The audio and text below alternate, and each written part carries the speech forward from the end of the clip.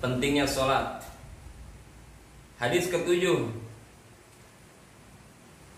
An Abi Hurairah radhiyallahu anhu qala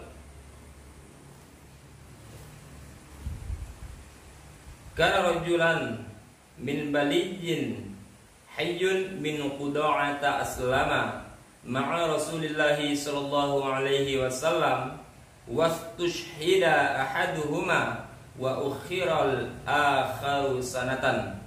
Qala Talhatu bin Ubaidillah fara'aitul muakhkhara minhuma udkhilal jannah qabla sahidi fata'ajjabtu lidzalika fa asbahtu fa dzakartu dzalika lin nabiy sallallahu alaihi wasallam au dzukira li Rasulillah sallallahu alaihi wasallam faqala Rasulullah sallallahu alaihi wasallam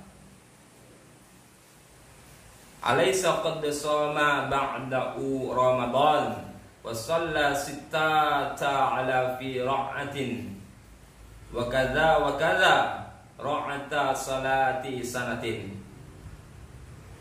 Dari Sayyidina Abu Hurairah radhiyallahu anhu, ia berkata, dua orang dari kabilah Bali, satu kaum keturunan Qutadah, telah masuk Islam di hadapan baginda Rasulullah sallallahu alaihi wasallam.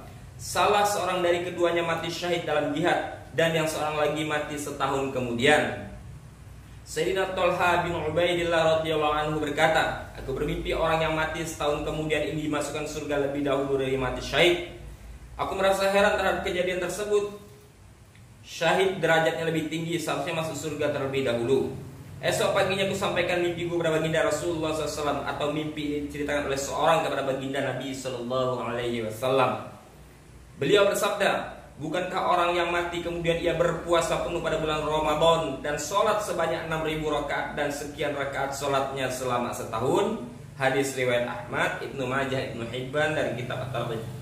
Faedah: jika setiap bulan dalam setahun berjumlah 29 hari lalu dikalikan dengan sholat fardu 5 kali sehari ditambah witir 3 rakaat, maka sudah berjumlah 6.960 rakaat.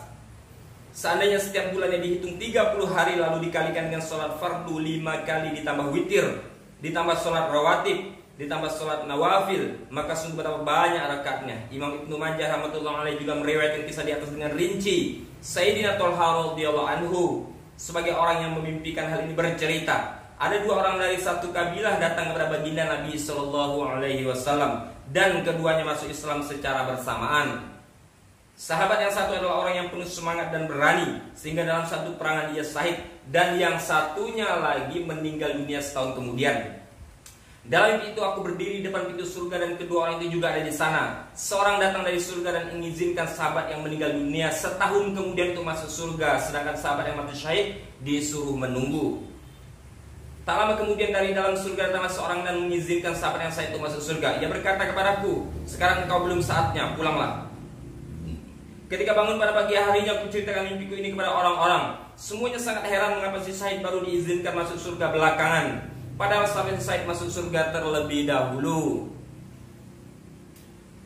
Akhirnya mereka menemui baginda Nabi sallallahu alaihi wasallam menceritakan mimpi itu. Beliau bersabda, "Mengapa kalian heran?" Kami menjawab, "Ya Rasulullah, kami heran mengapa si Said yang bersemangat tinggi dalam perjuangan agama lebih akhir masuk surga daripada yang meninggal dunia setahun kemudian." Baginda Nabi sallallahu alaihi wasallam bersabda, "Bukankah ia memiliki kelebihan beribadah setahun dari si Said?" Kami menjawab, "Benar." Beliau bertanya, bukankah ia memiliki kelebihan 1 bulan puasa Ramadan dari si syahid? Kami menjawab, benar. Baginda Nabi SAW bertanya lagi, bukankah ia mempunyai kelebihan sujud dalam sholat daripada si syahid? Kami pun menjawab, benar. Beliau bersabda, perbedaan kedua orang ini lebih jauh daripada antara langit dan bumi. Masya Allah. Kisah seperti ini terjadi pada banyak orang. Dalam kitab Sunnah Abu Daud disebutkan kisah dua orang sahabat seperti kisah di atas. Tetapi perbedaan antara kematian keduanya adalah 8 hari. Dalam kisah yang lain perbedaan kematian adalah 7 hari. Namun dalam kedua kisah tersebut yang mati belakangan masuk surga terlebih dahulu. Sesungguhnya kita tidak dapat memahami betapa besar nilai sholat itu. Kita mengetahui bahwa baginda Nabi SAW pun pernah bersabda, sejukkan mataku di dalam sholat, sejuknya mataku dalam sholat. Sabda baginda Rasulullah SAW tersebut menunjukkan bahwa beliau sangat mencintai sholat. Dengan demikian, adakah perkara yang lebih berharga daripada sholat? Dalam hadis lain diceritakan bahwa ada dua orang bersaudara, kakaknya telah meninggal dunia lebih dahulu. 40 hari kemudian barulah adiknya meninggal dunia. Kakaknya lebih soleh daripada adiknya. Orang-orang pun memuji kakaknya. Ketika baginda Nabi SAW mendengar itu, beliau bertanya, apakah adiknya bukan seorang muslim? Orang-orang menjawab, dia seorang muslim, tapi derajatnya lebih rendah daripada kakaknya. Baginda Rasulullah SAW bersabda, bagaimana kalian tahu dalam 40 hari ini berapa banyak derajat adiknya telah ditinggikan karena sholatnya? Perumpamaan sholat di waktu bagikan sungai yang jernih yang dalamnya mengalir depan rumah seorang, dan ia mandi di sungai itu 5 kali setiap hari.